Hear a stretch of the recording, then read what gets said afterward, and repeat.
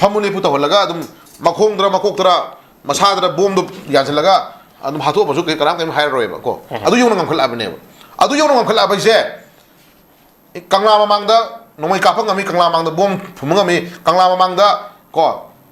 ꯗ꯭ꯔꯣꯟꯗ ꯄꯥꯏꯔꯒ ꯕꯣꯝ ꯊꯥꯗ ꯉꯝꯃꯤ ꯍꯥꯏꯕꯒꯤ ꯋꯥꯔꯅꯤꯡ ꯇꯧꯔꯤꯅꯦꯕ ꯑꯣꯖꯥ ꯀꯤꯁꯣꯔ ꯀꯣ ꯁꯤꯒꯤ ꯇꯥꯏꯃꯤꯡ ꯌꯧꯔꯁꯤꯐꯥꯎꯗ ꯑꯩꯈꯣꯏ ꯑꯦꯝ ꯑꯦꯜ ꯑꯦ ꯈꯔꯗꯤ ꯅꯣꯛꯈꯥꯏꯗꯅ ꯃꯁꯤꯗ ꯃꯆꯥ ꯃꯁꯨ ꯁꯤꯗꯦ ꯃꯥꯒꯤ ꯃꯆꯥ ꯃꯁꯨ ꯅꯠꯇꯦ ꯀꯣ ꯃꯥꯒꯤ ꯏ ꯅꯠꯇꯦ ꯃꯥꯒꯤ ꯃꯇꯨ ꯃꯆꯥ ꯅꯠꯇꯦꯅ ꯃꯁꯤꯗ ꯅꯣꯛꯈꯥꯏꯗꯅ ꯀꯔꯤꯝꯇ ꯇꯧꯕ ꯑꯦꯝ ꯑꯦꯜ ꯑꯦ ꯌꯧꯈꯠꯂꯛꯏꯅꯦꯕꯀꯣ ꯀꯣ ꯑꯣꯖꯥ ꯀꯤꯁꯣꯔ ꯑꯗꯨꯅ ꯍꯧꯖꯤꯛ ꯂꯩꯔꯤꯕ ꯐꯤꯕꯝꯁꯦ ꯑꯩꯈꯣꯏ ꯏꯁꯥꯅ ꯏꯁꯥꯕꯨ ꯃꯅꯤꯄꯨꯔ ꯀꯟꯖꯍꯧꯅꯅꯕ ꯏꯁꯥꯅ ꯏꯁꯥꯕꯨ ꯀꯣ ꯉꯥꯛꯆꯅꯅꯕ ꯑꯗꯨꯒ ꯑꯩꯈꯣꯏꯒꯤ ꯈꯨꯟꯗꯥꯃꯤꯟꯅꯔꯤꯕ ꯐꯨꯔꯨꯞ ꯈꯨꯗꯤꯡꯃꯛꯁꯤꯅ ꯑꯃꯠꯇ ꯑꯣꯏꯅ ꯄꯨꯟꯁꯤꯜꯂꯀꯥꯟꯗ ꯁꯤꯒꯨꯝꯕ ꯇꯦꯔꯣꯔꯤꯁꯀꯤ ꯀꯥꯡꯕꯨ ꯁꯤꯒꯨꯝꯕ ꯗ꯭ꯔꯒ ꯃꯥꯐꯤꯌꯥꯁꯤꯡꯁꯦ ꯃꯅꯤꯄꯨꯔꯒꯤ ꯂꯩꯃꯥꯏꯗꯒꯤ ꯃꯔꯨ ꯐꯨꯛꯅ ꯍꯦꯛ ꯃꯨꯊꯠꯇ꯭ꯔꯤ ꯐꯥꯎꯕꯅꯦ ꯑꯩꯈꯣꯏ ꯁꯥꯟꯇꯤ ꯐꯪꯉꯣꯏ ꯍꯥꯏꯕ ꯊꯝꯖꯒꯦꯕꯀꯣ ꯑꯗꯨꯅ ꯏꯪꯉꯣꯏ ꯑꯣꯖꯥ ꯀꯩꯁꯨ ꯏꯪꯉꯣꯏ ꯁꯥꯟꯇꯤ ꯐꯪꯉꯣꯏ ꯑꯗꯨꯅ ꯀꯅꯥꯅ ꯍꯥꯏꯕꯁꯨ ꯉꯝꯃꯣꯏ ꯄ꯭ꯔꯖꯥꯅ ꯍꯥꯏꯔꯤꯁꯤꯅꯤ प्रजागी महूत सिलगा इसागी हाजरिसिनी एट एनी मोमेंट दा नोंमै कापा ngami mi hatpa ngami ko drug thaba ngami haise moi adu hair leni adu ngasi lebi leaders ni nadi makata nोंमै काफला रोय गवर्नर पीआर ले हरेना मणिपुर दा सही मा उजरा किशोर करी हाई के माना तंपाके नोंमै न बिरो अखोय nga के नो मोर हाई द्रो मोइना उजरा किशोर moi नो मोर हाई नि के नो उजरा किशोर अदai करोम दा पंजरा के बको पीआर ले मनूंगदा मांगी मी नोंमै कापा की मफे खितंग पंजरा के बको उजरा किशोर को से आइना सुम पनिंदन पनबि वा नते हफे येमिनसि को तांग तरागो हुमदोय था अनि 2025 दा पीआर इम्पोज तौगिबनि को तांग तरा हुमदोय था अनि दा हेक पीआर इम्पोज तौबगा 28 2 तांग कुनगनिपान था अनि ओपन फायरिंग कोंग मरु हनबदा नोंमै फुल गासरैनि को सिमा नंबर 1 then number 3 तांग तरागा तरुक था अहुम 2025 दा लुवांग थेम मुकेश मांगरे को एलेन लाखन पुरे मी जु मांगरे गाड़ी जु मांगरे सा थोय गाड़ी अंत सिको थि होंद्री ओजरा किशोर को सी पीआर ना एश्योरेंस पीबनि खैद को नोंमै थिंगलो नोंमै पिखलो मखाताना नो मोर नोंमै का फले रोय मखाताना इरांग थोल रोय हाइ पोट अमने को सिमा तौरे देन थामंगा तांकुन थामंगा ग्वालताबी थौदोक्ता कैदौरे सेंट्रल सिक्योरिटी फोर्स ना कैदौरे मणिपुर मुथला चलो हागलाबनि को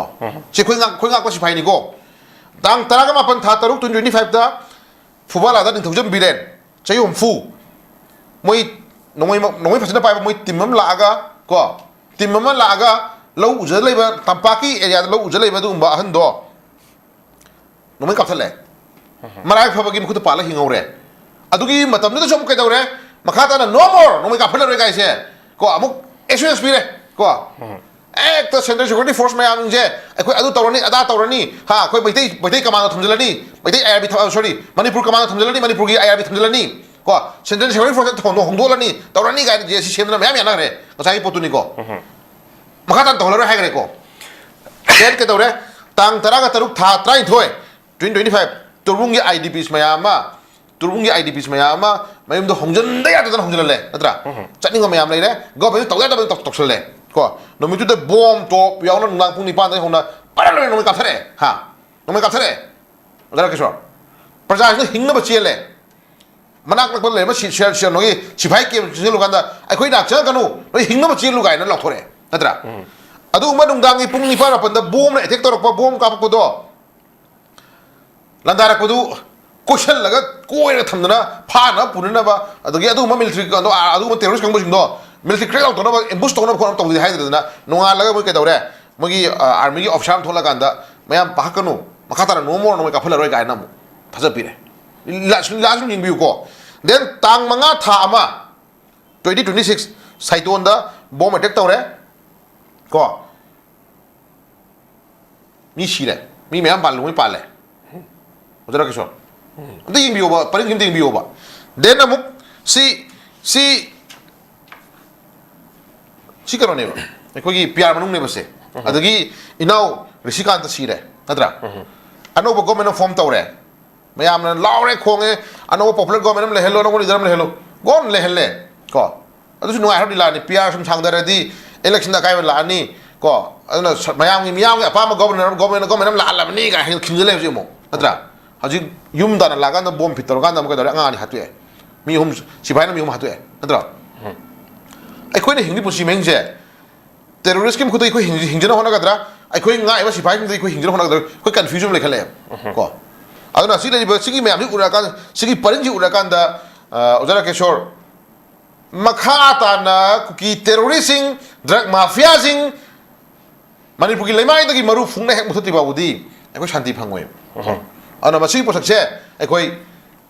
ꯒꯣꯔꯃꯦꯟ ꯑꯃ ꯂꯩ ꯍꯥꯏꯕꯒꯤ ꯊꯥꯖꯕ ꯑꯗꯨ ꯑꯗꯥ ꯃꯌꯥꯝ ꯇꯧꯕꯤꯔꯒ ꯊꯥꯖꯕ ꯑꯩꯈꯣꯏ ꯀꯩꯁꯨ ꯂꯩꯇ꯭ꯔꯦꯕꯀꯣ ꯄ꯭ꯔꯖꯥ ꯃꯤꯌꯥꯝꯅ ꯑꯩꯈꯣꯏ ꯃꯁꯤ ꯊꯦꯡꯅꯃꯤꯟꯅꯕ ꯆꯪꯉꯦꯕ ꯑꯗꯨꯅ ꯍꯧꯖꯤꯛ ꯂꯩꯔꯤꯕ ꯐꯤꯕꯝ ꯉꯁꯥꯏ ꯍꯪꯕꯒꯤ ꯀꯣꯏꯁꯟꯗꯨꯗ ꯑꯩꯈꯣꯏ ꯃꯈꯥ ꯇꯥꯅ ꯏꯔꯥꯡ ꯅꯦꯝꯃꯗ꯭ꯔꯥ ꯍꯥꯏꯕꯗꯨꯅꯤꯀꯣ ꯁꯤ ꯂꯣꯏꯁꯤꯟꯅꯕ ꯋꯥꯔꯣꯏꯁꯤꯟ ꯑꯃ ꯂꯥꯛꯄꯁꯤꯗꯤ ꯁꯤꯗꯤ ꯃꯠꯁꯅꯤ ꯑꯗꯨꯝ ꯂꯣꯏꯁꯤꯟꯒꯅꯤ ꯋꯥꯔꯣꯏꯁꯤꯟ ꯂꯥꯛꯀꯅꯤ ꯀꯣ ꯑꯗꯨꯒ ꯃꯥꯒꯤ ꯂꯥꯛꯏꯕ ꯄꯔꯤꯡꯗꯨꯃꯗꯤ ꯑꯩꯈꯣꯏ ꯀꯥꯟꯕ ꯉꯝꯃꯣꯏꯕ ꯀꯥꯟꯕ ꯌꯥꯔꯣꯏꯕ ꯀꯩꯅꯣ ꯍꯧꯖꯤꯛ ꯄꯟꯅꯔꯤꯁꯤ ꯃꯉꯥꯏ ꯀꯣ ꯃꯈꯥ ꯇꯥꯅ ꯁꯩꯇꯣꯟꯒꯤ ꯊꯧꯗꯣꯛꯁꯤꯅ ꯑꯔꯣꯏꯕ ꯑꯃꯗꯤ ꯀꯣ ꯃꯈꯥ ꯇꯥꯅ ꯊꯣꯛꯍꯟ ꯊꯧꯗꯣꯛ ꯊꯣꯛꯍꯟꯗꯅꯕꯒꯤꯗꯃꯛꯇ ꯑꯔꯣꯏꯕ ꯈꯣꯡꯊꯥꯡ ꯑꯣꯏꯍꯜꯂꯁꯤ ꯍꯥꯏꯇꯥꯔꯒꯗꯤ ꯃꯅꯤꯄꯨꯔꯗ ꯂꯩꯕ ꯄ꯭ꯔꯖꯥ ꯈꯨꯗꯤꯡꯃꯛꯁꯦ ꯑꯃꯒꯤ ꯋꯥꯔꯣꯏ ꯇꯣꯛꯁꯤ ꯍꯧꯖꯤꯛꯁꯦ ꯑꯍꯟ ꯑꯣꯏꯒꯦꯔꯥ ꯑꯍꯟ ꯅꯍꯥ ꯑꯣꯏꯒꯦꯔꯥ ꯍꯟꯅꯨꯕ ꯑꯣꯏꯒꯦꯔꯥ ꯍꯟꯅꯨꯕꯤ ꯑꯣꯏꯒꯦꯔꯥ ꯏꯃꯥ ꯑꯣꯏꯒꯦꯔꯥ ꯏꯆꯥ ꯑꯣꯏꯒꯦꯔꯥ ꯑꯗꯒꯤ ꯃꯈꯣꯡ ꯇꯦꯛꯄ꯭ꯔꯥ ꯃꯃꯤꯠ ꯇꯥꯡꯕ꯭ꯔꯥ ꯑꯩꯈꯣꯏ ꯄꯨꯟꯅ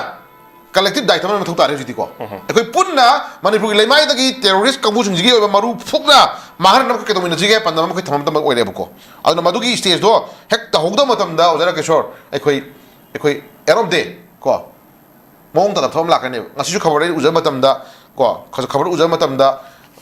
ꯕ꯭ꯔꯍ꯭ꯃꯥꯒꯤ ꯕꯣꯔꯗꯔ ꯀꯝꯖꯣꯡꯒꯤ ꯑꯦꯔꯤꯌꯥꯗ NSNIM-ꯒ KNFB-ꯒ ꯅꯣꯡꯃꯩ ꯀꯥꯞꯅꯕꯗ KNFB-ꯅꯤ ꯆꯤꯡꯅ 4 ꯁꯤꯔꯦꯅ ꯄꯥꯎ ꯑꯃ ꯌꯥꯎ ꯃꯥꯜꯂꯤ ꯈꯕꯔꯗꯀꯣ ꯅꯣꯡꯃꯩ 4 ꯂꯧꯍꯧꯔꯦ ꯍꯥꯏꯕ꯭ꯔꯥ ꯀꯩꯅꯣ ꯗꯦꯠ ꯃꯤꯟꯁ ꯃꯅꯤꯄꯨꯔꯒꯤ ꯕꯣꯔꯗꯔ ꯑꯦꯔꯤꯌꯥꯗ ꯃꯅꯤꯄꯨꯔꯒꯤ ꯃꯅꯨꯡꯗ ꯑꯗꯨꯒꯨꯝꯕ ꯕ꯭ꯔꯍ꯭ꯃꯥꯗ ꯕꯦꯁ ꯇꯧꯕ ꯑꯗꯨꯒꯨꯝꯕ ꯈꯨꯠꯂꯥꯏ ꯃꯇꯤꯛ ꯆꯥꯅ ꯄꯥꯏꯕ KNFB-ꯒꯤ ꯀꯣ